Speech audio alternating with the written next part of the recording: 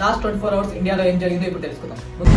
ముందుగా వచ్చేసి ఎన్సీఆర్బీ వాళ్ళు అయితే మన ఫుడ్ క్వాలిటీ చెక్ చేయడం కోసం మన ఇండియాలో టాప్ 19 సిటీస్ ని సెలెక్ట్ చేసుకొని ఫుడ్ టెస్ట్ చేయగా అందులో మన హైదరాబాద్ అనేది లీస్ట్ పొజిషన్ లో ఉంది. సో దీన్ని బట్టి మన హైదరాబాద్ లో ఉన్న ఫుడ్ అయితే చాలా డేంజర్ ఉంది. ఎవరైతే బయట తింటున్నారో వాళ్ళైతే మాక్సిమం హోమ్ ఫుడ్ ని అయితే ప్రిఫర్ చేయండి.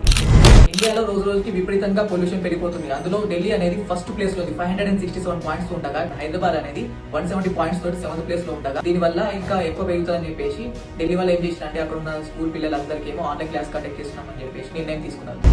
తెలంగాణలో ఎలక్ట్రిక్ వెహికల్స్ కొనే వాళ్ళకి ఒక శుభవార్త. అదేంటిదంటే ఇప్పటి నుంచి ఎవరైతే వెహికల్ కొనాలనుకుంటున్నారో వాళ్ళందరికీ రోడ్ ట్యాక్స్ ఇంకా రిజిస్ట్రేషన్ ఫీ అనేది మాఫీ చేస్తున్నారు. ప్రభుత్వం అయితే ఆఫర్ ఇచ్చింది. సో ఈ ఆఫర్ అనేది December 31, 2026 వరకు వ్యాలిడ్ ఉంది.